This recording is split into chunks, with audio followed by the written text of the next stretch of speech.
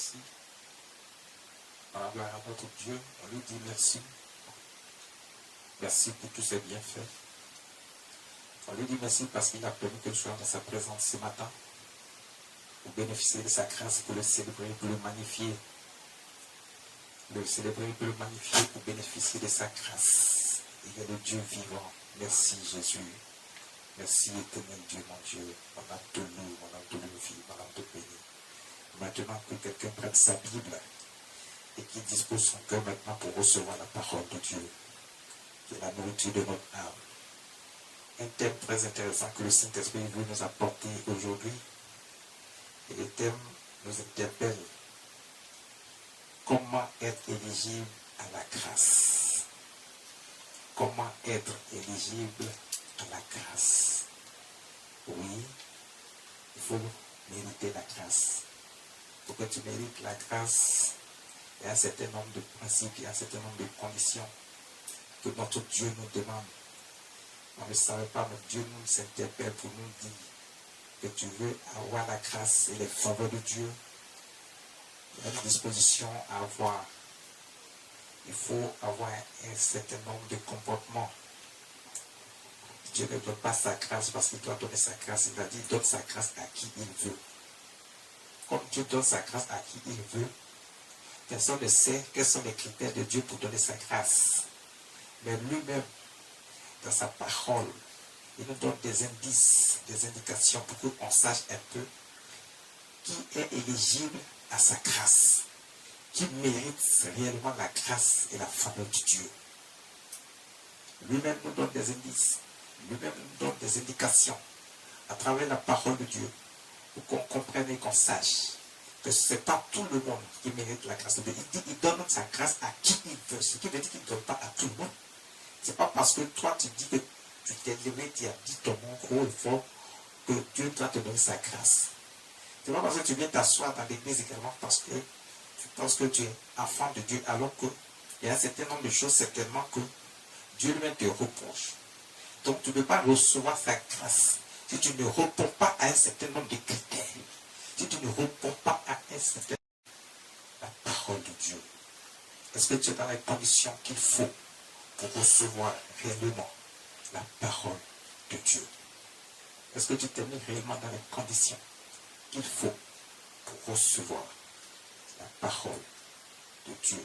Si tu t'es mis dans les conditions pour recevoir la parole de Dieu, alors, après toi, et tu vas savoir tout de suite ce que le Saint-Esprit va t'enseigner pour que tu comprennes quelles sont les dispositions dans lesquelles tu dois te mettre également pour recevoir la grâce et la faveur de Dieu dans ta vie. Pour recevoir la grâce et la faveur de Dieu dans sa vie. Je t'ai dit, comment être éligible à la grâce? 2 Colossiens chapitre 3, partie verset 5. Écoute, nous écoutons la parole de Dieu. Nous écoutons la parole de Dieu. Faisons la lecture.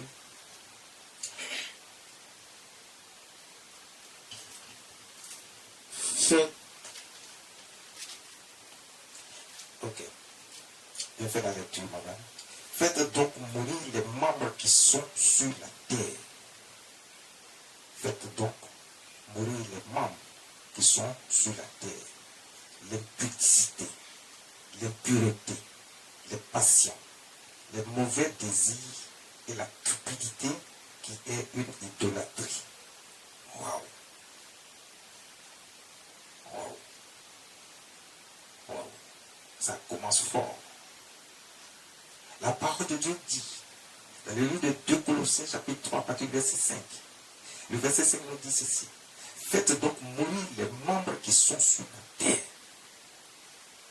Quand Dieu fait mourir les membres qui sont sur la terre, ça veut dire qu'on est en train de parler des désirs charnels. On parle des désirs charnels. Quand on parle des désirs charnels, on parle de tout ce que ton corps désire. Qu'il soit bon ou mauvais. Mais dans ces cas-ci, il y a de quoi il s'agit. Les gens, aujourd'hui, ils s'adonnent à des vices qui n'ont même pas de nom. Aux choses mystiques, pourtant ils disent qu'ils sont enfants de Dieu. Ils marchent dans les ténèbres. Il y a d'autres qui vont voir qu'ils sont dans les sectes bizarres quand dans le monde, on crie Il y a des gens qui disent, ah, si tu vas dans tel secte, ou bien tu vas voir tel marabout, ou bien tu poses telle action mystique, tu peux avoir la richesse rapidement et en abondance. Donc, il y a l'abomination dans toute la vie des gens. Les gens sont coléreux. Pour un bien, ils sont en colère. Ils sont impulsifs envers leurs prochains, envers leurs frères, même envers leurs parents. Personne ne respecte personne. Il y a des gens qui ne respectent même plus leurs aînés. Ils ne respectent plus leurs aînés. Le monde est devenu autre chose. Le diable a implanté son virus dans le cœur et dans l'esprit des gens. Ils vivent selon leur propre désir et selon leur propre doctrine. Ils marchent selon leur propre désir et selon leur propre doctrine. Ils font ce qui leur plaît. Ils ne veulent pas écouter. Ils ne veulent pas écouter la parole de Dieu. Ils ne veulent rien savoir. Ils marchent selon leurs propres besoins, leur propre désir, pardon. Ils marchent selon la doctrine qu'ils se sont créés eux-mêmes, entre eux. Les gens sont en train de se calomnier entre eux. La haine a pris le cœur des gens. La faute, le mensonge, le vol, tout ça a pris le cœur des gens. Personne ne veut faire ce qui est agréable aux yeux de notre Dieu. Que chacun pense qu'il s'est créé lui-même. Il vit sa vie comme il l'entend, comme il le pense. Il ne fait pas ce qui vient de Dieu. Il dit, faites mourir les membres qui sont sur la terre. Donc faites mourir tout ce qui est charnel en vous. Tu veux bénéficier de la grâce de Dieu, fais mourir tout ce qui est charnel dans ta vie. Tu es là, tu dis que non, l'autre est en train de s'enrichir rapidement, c'est tellement qu'il a fait quelque chose que toi, tu veux faire aussi. Et c'est cette chose qui l'a mené à s'enrichir rapidement. Tu ne sais pas où il est parti, qu'est-ce qu'il a fait, et ce dans quoi il s'est mis. Si c'est un pacte qu'il a signé avec le diable, toi tu ne sais pas, tu veux te mettre dedans aussi. Quand il a signé son pacte avec le diable, tu vois l'aspect physique, c'est juste une apparence, tu penses qu'il va bien, alors qu'en réalité il ne va pas bien. Il y a des problèmes qui sont venus dans sa vie, il n'arrive même pas à les gérer. Là-bas, le diable va te demander un certain nombre de choses que tu ne peux même pas gérer. Mais parce que tu as déjà signé le pacte avec lui, tu ne peux plus faire marche arrière. Si ce n'est pas Jésus seul qui peut te sauver, te tirer de là, tu ne peux plus rien faire. Mais avant que Jésus ne vienne te sauver, il faut que toi-même tu acceptes que Jésus est capable de te tirer de là et de te sortir de situation. Si tu ne sais même pas et que tu demeures encore dans cette voie, c'est que vraiment, il t'a vraiment eu. Tu ne pourras pas t'en sortir. Tu verras tous les problèmes. Maintenant, toi qui es ici, tu vois ça de loin, tu penses que c'est une bonne chose. Tu vois son apparence physique. Parce qu'il a mis quelques éléments devant les autres pour vous distraire. Pour vous faire croire qu'il peut donner ci, il peut donner ça, alors qu'en réalité, ce n'est qu'une illusion. Ce n'est que des biens éphémères. Ces biens ne durent pas. Parce qu'au moment où tu vas te rendre compte, ce que tu crois avoir, tu les as déjà tous perdus. Et on va te demander encore plus de sacrifices. Si tu veux continuer à avoir ces choses-là.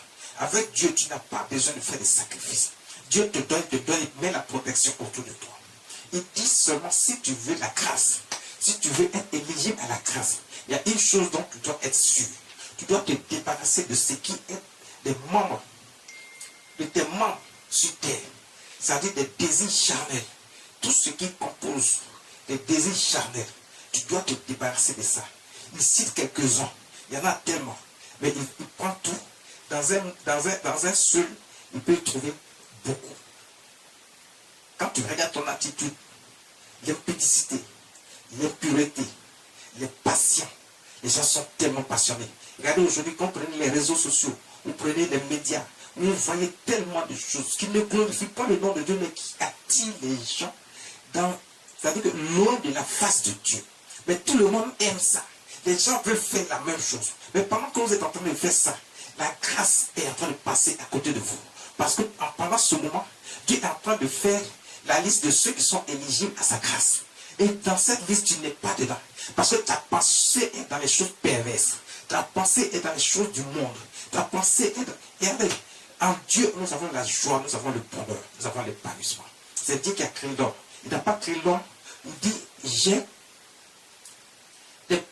ce que j'ai prévu pour toi, ce n'est pas le malheur, mais c'est le bonheur que j'ai prévu pour toi.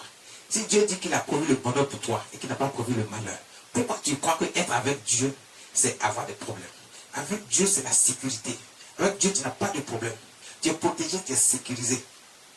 Et j'ai des projets de bonheur, des projets de paix, et non des projets de malheur pour toi. Mais toi-même, tu vas te mettre dans les difficultés, dans les problèmes bizarres, et c'est maintenant que tu décrètes des problèmes sans te rendre compte. Au moins, tu es dans véritablement des problèmes. Ceux-mêmes qui sont de l'autre côté, à un moment donné, ils se sont rendus compte qu'ils sont avec le diable, ils se sont mis dans le problème depuis longtemps. Ils croyaient que c'était là-bas le bonheur, mais en réalité, ils sont dans la souffrance. Ils veulent sortir, ils ne peuvent pas sortir. Parce qu'ils ont déjà été condamnés. Ils ont déjà été jugés et condamnés. Ceux qui se repentent, ils viennent à Dieu, Dieu ouvre ses bras. Mais le Dieu de bonté et de miséricorde, il pardonne toujours. Le sang de notre Seigneur Jésus a coulé sur la croix. Si tu as la foi et que tu crois qu'il est venu pour toi et qu'il a fait ce sacrifice pour toi, le sang part en ta faveur. Et si tu as accepté notre Dieu, lui seul, il n'y a pas un deuxième, il n'y a pas un troisième. Il est le seul créateur des cieux et de la terre. Et c'est lui seul qui est le Dieu suprême. Il est Adonai, le Dieu souverain. Il est El Olam, le Dieu de l'éternité. Il est Elohim, le Dieu créateur éternel. Il a créé toutes choses. Il a créé tout ce qui vit, tout ce qui respire. Il est Elion. Elion, le Dieu très haut. Aucun Dieu n'est comme lui. Aucune œuvre n'est comparable à ses œuvres. Il est le véritable Dieu. Il est le Saint des Saints. Il est le Roi des Rois. Il est Eloah. Il est Eloah. Il est Eloah, le Dieu vivant. Il est vivant, il est tellement vivant qu'il a pu te créer vivant. Et il veut te donner la vie. Il veut toujours renouveler la vie qu'il a donné, garder, protéger cette vie. Il ne veut pas que tu détruis cette vie qu'il t'a donnée. Et puis ton âme va aller dans le feu de l'enfer.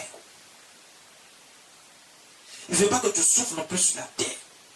C'est pour ça qu'à un moment donné, quand le diable a commencé à envahir le monde par ses œuvres, le Dieu puissant que nous servons, il a envoyé son fils Jésus-Christ pour nous aider, pour nous sauver. Il est là pour nous. Pourquoi se compliquer la situation? Dieu dit tout lui appartient. Il n'y a pas quelque chose sur la terre et dans les cieux qui ne lui appartient pas. Dans les cieux, sur la terre, dans les profondeurs, tout appartient à Dieu. Pourquoi courir aller chercher ça ailleurs alors que c'est avec le Dieu vivant, le Dieu de notre Seigneur Jésus-Christ? Et que Jésus-Christ, qui est Seigneur, qui juge les hommes et qui jugera les hommes. C'est lui qui peut te donner toutes ces choses, personne d'autre. Il dit les patients, les gens sont tellement passionnés aujourd'hui. Ils se donnent bonne conscience entre eux. Les mauvais désirs. C'est de tout ça que je suis en train de parler. Il n'y a pas quelque chose de bien qui passe dans leur cœur. La débauche, l'impudicité, l'infidélité, l'adultère, la haine dans le cœur, la cupidité. Ils ne croient plus en rien. Ils ne croient même pas que Dieu existe. Ils vivent leur vie parce qu'ils pensent qu'ils se sont créés eux-mêmes, qu'ils sont eux-mêmes Dieu. Ou qu'ils ont un autre Dieu qui peut les aider. Alors qu'ils sont en train de se mettre dans des situations difficiles. Et chaque jour, leur situation devient plus difficile. Ils n'ont plus d'issue. Ils sont dans les ténèbres. Ils ne voient pas la lumière. Mais ils croient être dans la lumière. Et les problèmes s'accumulent dans leur vie. Et maintenant, ils veulent chercher la solution dans la vie de leur prochain. Vous êtes parti signer votre pacte avec le diable, mais pourquoi vous voulez maintenant chercher la solution dans la vie de quelqu'un d'autre? Pourquoi vous voulez prendre lui, son étoile? Pourquoi? Tu n'es pas éligible à la grâce.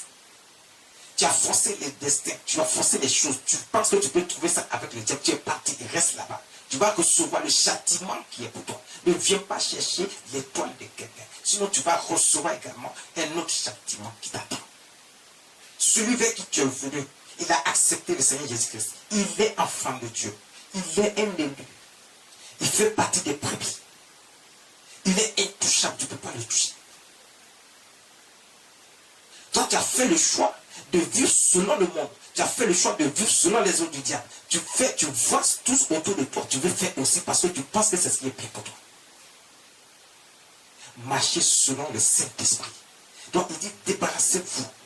Faites mourir les membres qui sont sur la terre. Donc faites mourir tout ce qui est désir charnel dans votre vie. En pensée, en parole, en action. En pensée, en parole, en action. Faites mourir tout. Faites mourir tout ce qui est désir charnel dans votre vie. Faites mourir tout ce qui est désir charnel dans votre vie.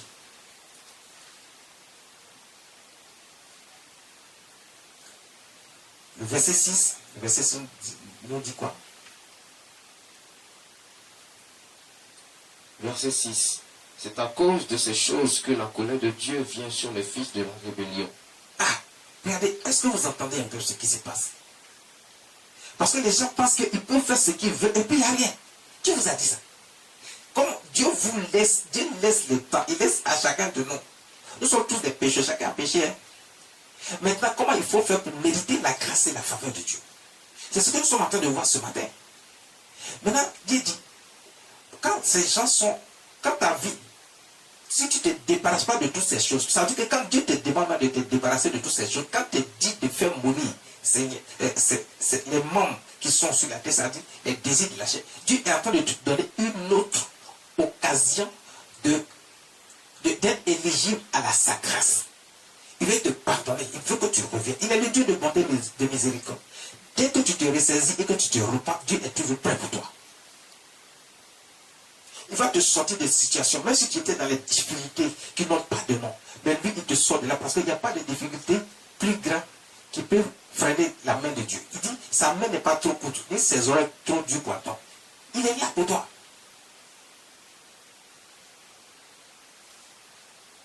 Si donc on se débarrasse de tout ce qui est mauvais, tout ce qui est désir charnel, tout ce qui ne glorifie pas le nom de Dieu, c'est ce qu'il est en train de nous dire ici. Donc ça veut dire que Dieu lui-même, il est là, il regarde, il observe, il voit tout. Il ne se tait pas parce qu'il ne peut pas agir, non, parce qu'il laisse le temps à ce que chacun retrouve la raison et qu'il revienne à lui.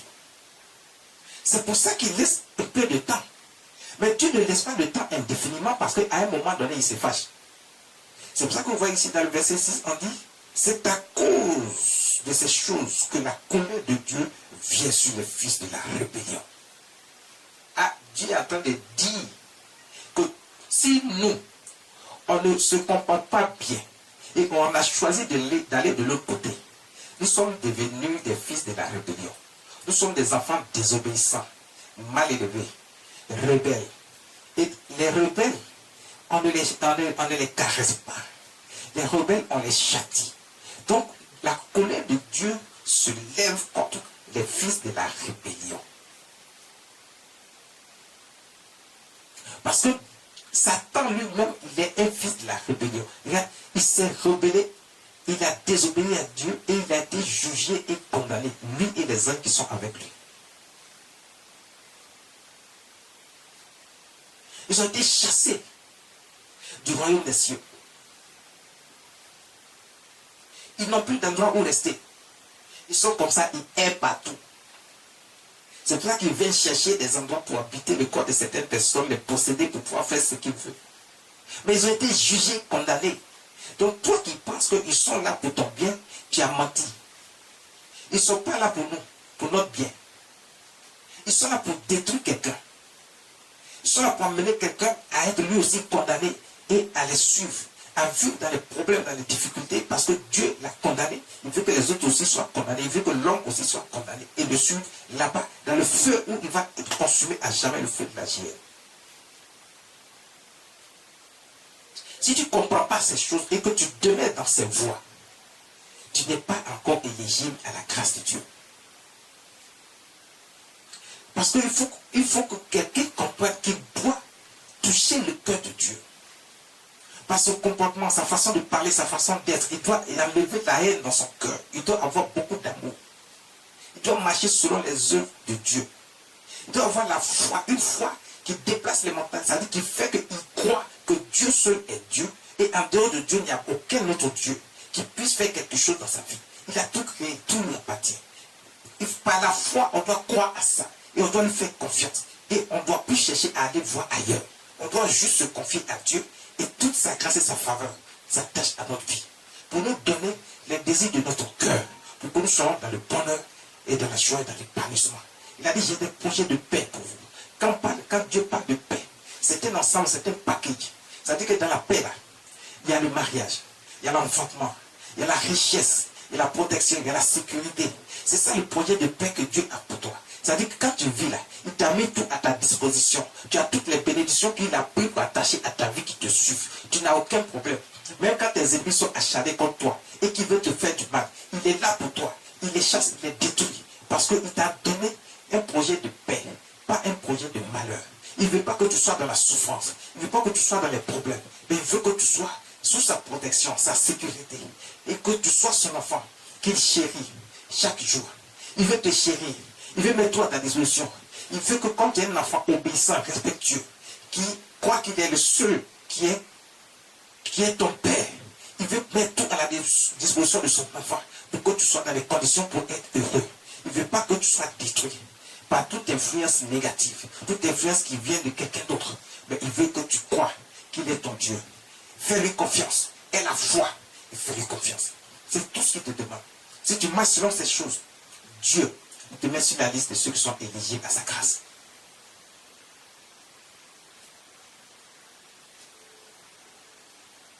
Si tu ne peux pas faire ces choses, tu ne peux pas être éligible à la grâce. Toi, tu as choisi de ne pas aimer Dieu. Tu penses que tu peux vivre comme ça parce que tu ne peux même pas renouveler le son de vie qui est en toi. Tu te lèves chaque jour là. Tu penses qui t'a donné ça? C'est Dieu qui t'a donné ça. C'est le Seigneur Jésus qui fait que tu peux te lever, qui renouvelle en toi le son de vie. Donc déjà, cette grâce qu'il donne gratuitement, qui aide le renouvellement de la vie pour te permettre de te ressaisir, de retrouver la raison. Ça, il te donne ça gratuitement. Mais en dehors de ça, toutes les autres grâces et les faveurs que Dieu donne, tu dois être éligible.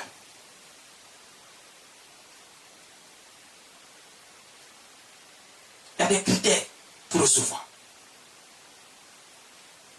Si tu n'as pas ces critères, tu ne peux pas être éligible. C'est pour ça que la sanction tombe. Les châtiments tombent. Ne sois pas un fils de la rébellion. Ne suis pas le diable. Ne suis pas Satan. Marche selon Jésus-Christ notre Seigneur. Il est là pour toi. Le verset 7 nous dit quoi? Alors un peu vite. Verset 7. Parmi lesquels vous marchiez autrefois, lorsque vous viviez dans ces péchés. Verset 8. Mais maintenant, renoncez à toutes ces choses, à la colère, à l'animosité, à la méchanceté, à la calomnie, aux paroles déshonnêtes qui pourraient sortir de votre bouche. Verset 9. Ne mentez pas les uns aux autres, vous étant dépouillés du vieil homme et de ses œuvres. Dieu nous interpelle à tout point de vue. Dieu nous interpelle à tout point de vue. Autrefois, quand il dit autrefois, vous marchiez selon ces choses autrefois, ou parmi lesquelles vous marchiez autrefois, lorsque vous viviez dans le péché. Donc, quand Dieu dit ça, il fait cette fois au passé. C'est-à-dire qu'il espère que tu as oublié le péché. Il espère que tu as abandonné le péché. Il espère que tout ce qui s'est passé dans ta vie, ce n'est qu'une erreur de parcours. Il est prêt à tout abandonner, à tout effacer et à tout oublier. C'est pour ça qu'il a fait venir son Fils Jésus-Christ, notre Dieu, notre Seigneur. Il a fait venir Jésus, notre Seigneur.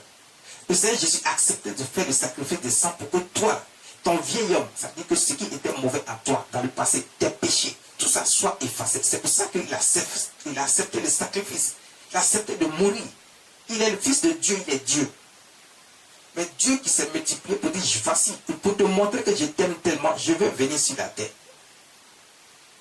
Une partie de moi que j'ai créée, qui est devenu mon fils, et que je l'appelle Jésus, et qui est là pour toi, qui devient ton avocat, il doit te servir. C'est par lui que tu dois passer maintenant pour ma terre. Pour que ta vie soit correcte, ta vie soit claire, pour que tu reçoives tout ce dont tu as besoin, pour que tu sois protégé, pour que tu sois sécurisé, pour que tu saches qu'il y a un seul Dieu qui est là pour toi. Jésus va faire couler son sang pour effacer nos péchés, nos transgressions, nos iniquités. Il va effacer tout ça. Il va nous permettre à chacun de recevoir la grâce par son sacrifice. Il dit, le sang a coulé pour l'émission des péchés de plusieurs. Il a pris sur nous nos péchés pour que nous soyons sauvés, pour que nous soyons dans sa grâce. Pourquoi rejettes-tu Jésus? Pourquoi ne veux-tu pas Jésus dans ta vie, dans ton cœur, dans ton âme? Tu es là, tu souffres, les problèmes s'accumulent dans ta vie, tu n'as pas de solution. Toi-même, tu tournes sur toi. Les gens même cherchent à aller voir Dieu, prier Dieu un peu. Tu ne veux même pas les suivre, tu es là. On te demande même, on t'a évangélisé, on dit non, viens à Dieu. Tu dis, tu ne veux pas passer, tu penses que toi, tu es tombé du ciel, tu t'es créé toi-même, quoi. Tu peux faire ce que tu veux. Mais quand les problèmes t'arrivent, là, tu cherches maintenant vers ceux qui croient en Dieu, tu veux aller chercher la solution vers eux. Pourquoi? Pourquoi tu ne règles pas tes problèmes toi-même? Pourquoi? Pourquoi tu penses que ce sont des hommes qui peuvent régler ton problème? Alors que Jésus dit, je suis là pour régler tous vos problèmes. Pourquoi tu penses que ce sont les hommes qui ont créé des choses mystiques, qui ont créé leur propre Dieu, qui sont dans les doctrines bizarres, qui peuvent régler ton problème, alors que Dieu, Jésus dit, je suis là pour toi. Moi, je règle tous tes problèmes. Aucun problème n'est plus gros que moi. Pour que je ne puisse pas les régler.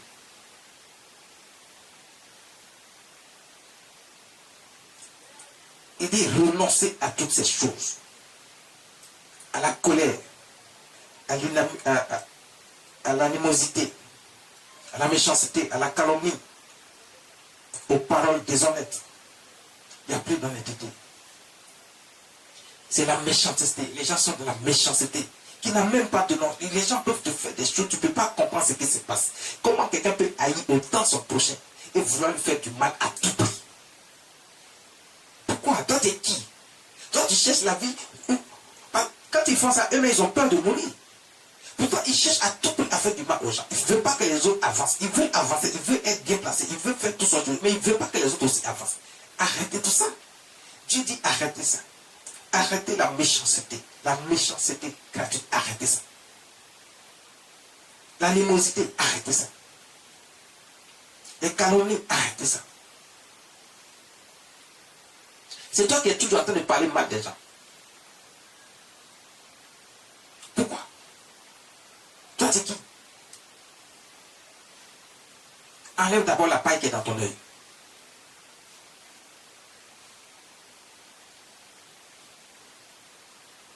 Ne mentez pas les uns aux autres. Arrêtez de mentir, dit Dieu.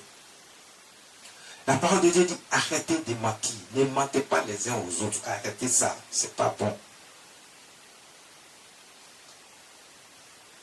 Vous êtes en dépouillé du vieil homme et de ses œuvres.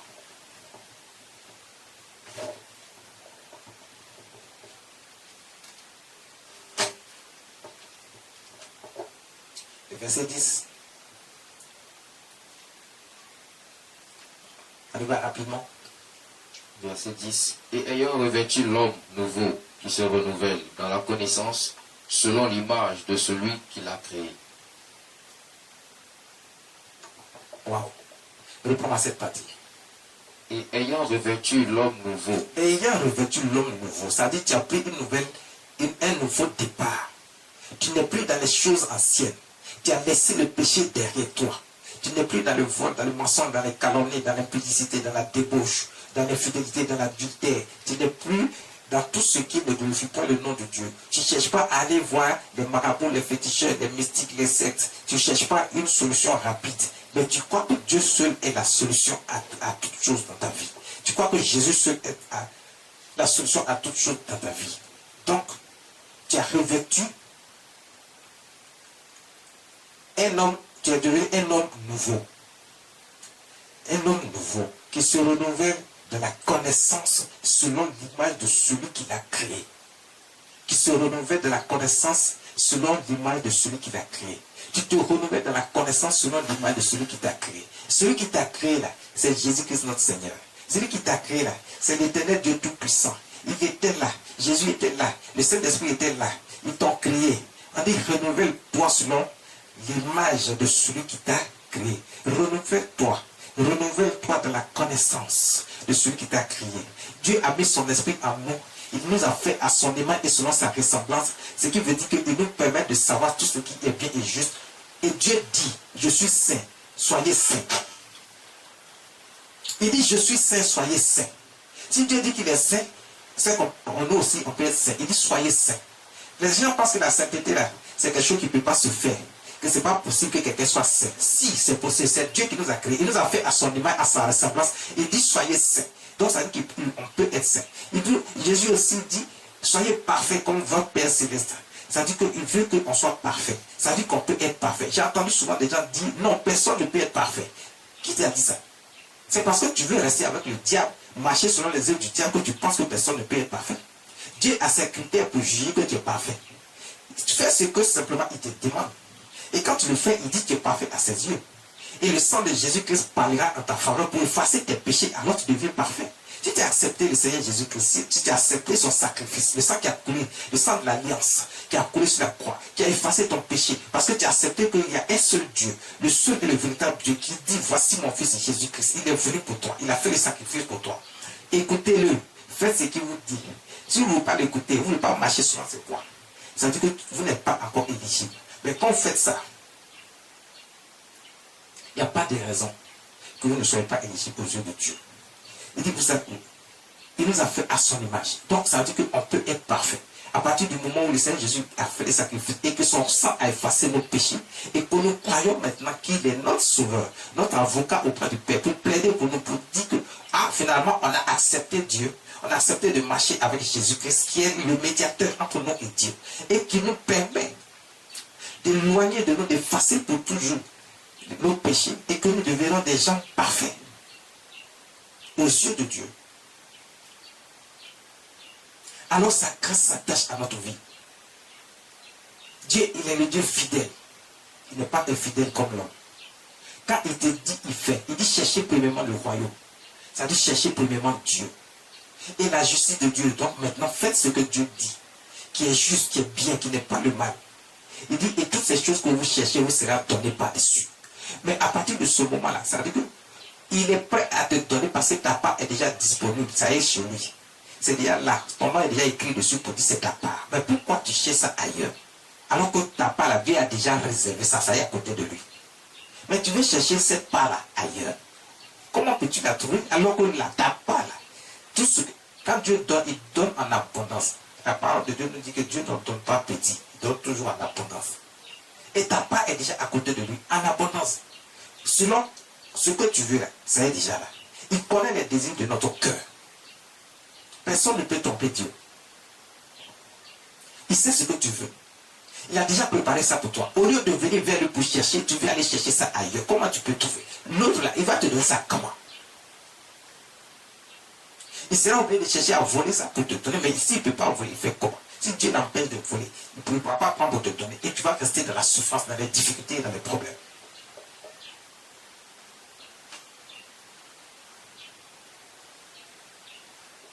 C'est comme ça que le diable cherche à prendre les étoiles des gens. Ils font les sacrifices humains, ils prennent le sang. Ce sont les étoiles des gens qui prennent comme ça. Ils passent par des actions mystiques pour prendre votre grâce que Dieu a déjà prévu, qui est là. Ils vont voler ça. Si tu es attaché à Dieu, que tu as fait confiance à Dieu, que tu es venu à lui, personne ne peut voler ta grâce. Parce que c'est Dieu qui a mis ça là pour toi. Mais quand Dieu lui-même regarde ta vie, tu n'es pas encore éligible. Il ne peut pas, c'est-à-dire qu'il ne peut pas empêcher que quelqu'un vienne prendre la grâce. Il laisse faire.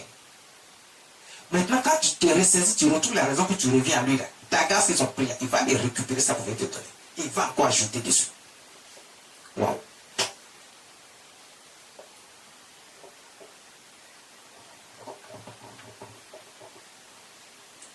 C'est ça. Le verset 12 nous dit quoi? Verset 12.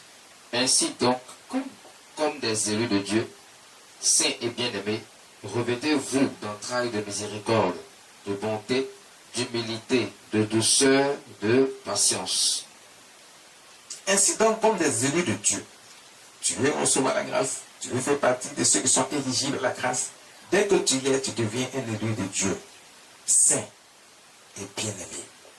Parce que quand Dieu t'a élu, tu deviens saint. Parce que le sang de Jésus a coulé pour toi, tu es devenu saint, tu es devenu parfait. Tu ne peux plus retourner dans le péché. Il y a des gens, ils ont donné leur vie à Dieu. D'abord, eux, ils se sont convertis. Et puis, ils tombent encore dans le péché parce qu'ils pensent que comme le sang, on dit que le sang du Seigneur Jésus nous a rachetés et a effacé nos péchés. Et il n'y a plus de condamnation. Mais il n'y a plus de condamnation pour ceux qui sont en Jésus. La parole de Dieu est très claire. C'est écrit dans la Bible. Ce n'est pas quelqu'un qui a inventé ça. Donc ça dit c'est ceux qui vont accepter de ne plus marcher dans le péché. Parce que maintenant tu as le pouvoir. Le péché est mort sur la croix.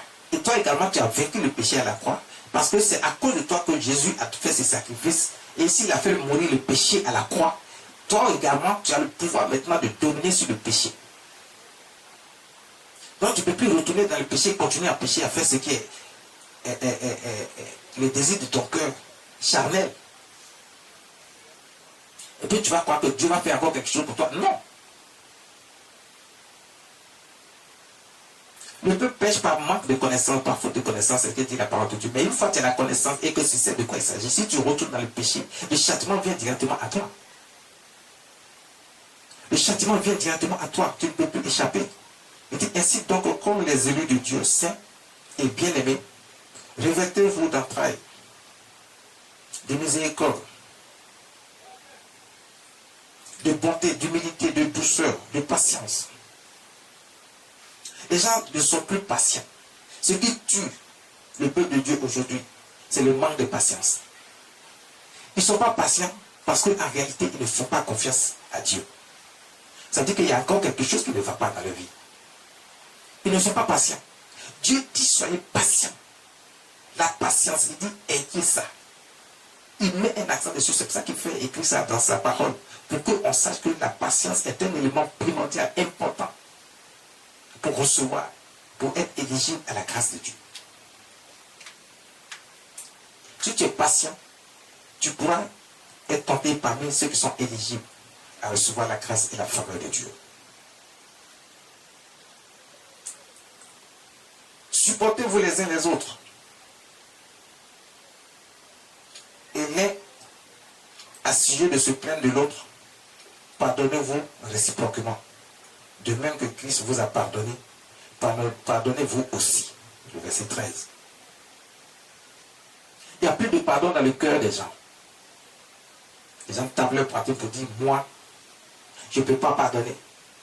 Et ceux qui, d'après eux, ont pardonné, ils disent, je ne peux pas oublier. Quand Dieu lui vous pardonne, il oublie. S'il n'oubliait pas, vous ne pouvez pas être là encore. Mais quand vous pardonnez, vous dites que vous ne pouvez pas oublier. Vous ne pouvez pas oublier pourquoi? Si tu ne peux pas oublier, c'est que tu n'as pas encore pardonné.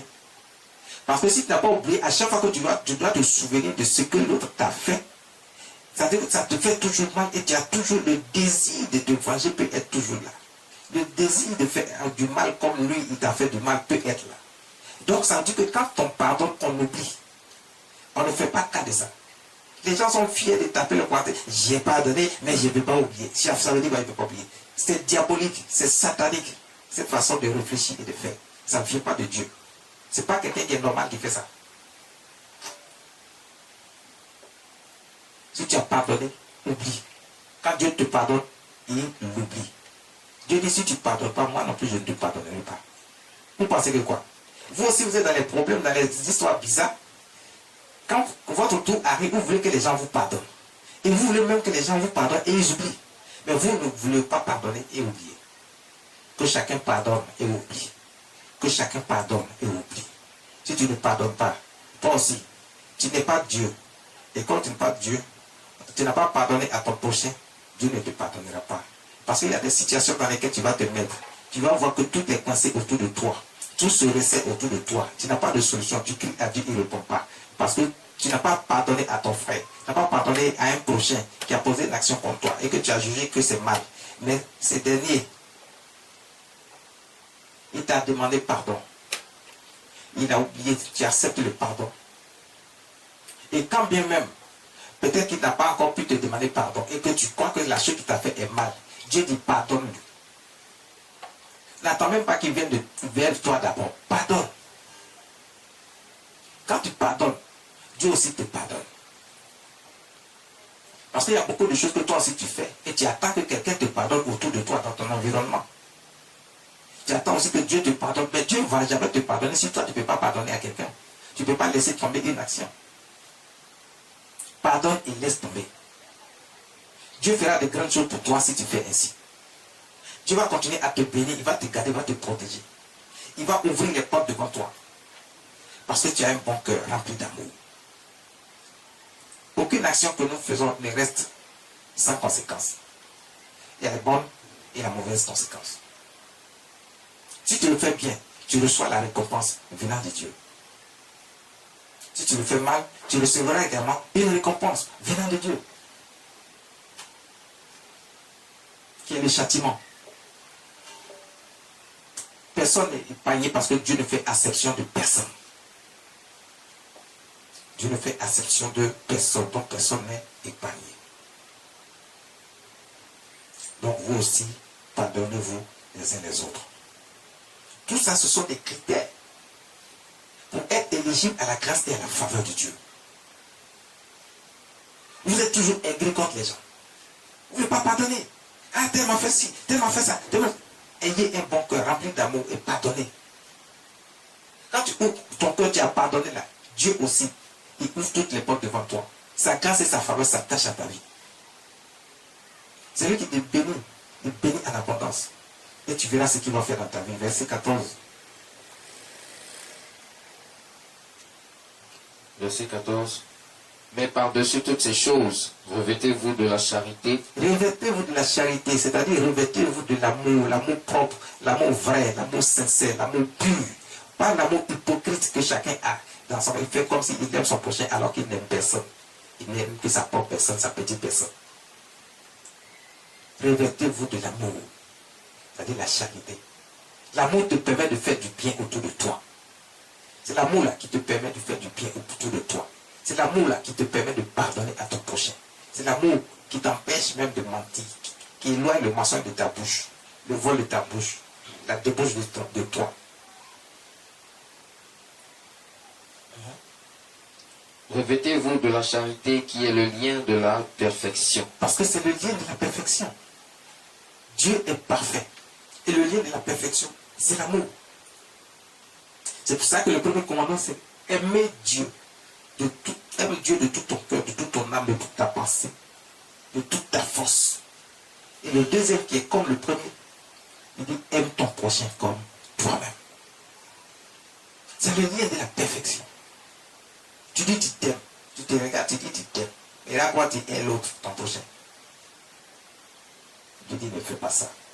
Tu veux être éligible, il y a beaucoup de choses qu'il faut savoir. Tu veux la grâce et la faveur de Dieu, il y a beaucoup de choses qu'il faut savoir. Et il y a des choses dans lesquelles il faut quitter. Il y a beaucoup de choses dans lesquelles il faut quitter. Il faut être pur devant Dieu. Le verset 17. Faisons la lecture du verset 17. Verset 17. Et quoi que vous fassiez, en parole ou en œuvre, faites tout au nom du Seigneur Jésus, en rendant par lui des actions de grâce à Dieu le Père. Quoi que vous fassiez, en parole ou en œuvre, en parole, tout ce que vous dites, qui sort de votre bouche, ou toute action que vous posez dans votre vie, faites-le au nom de notre Seigneur Jésus-Christ.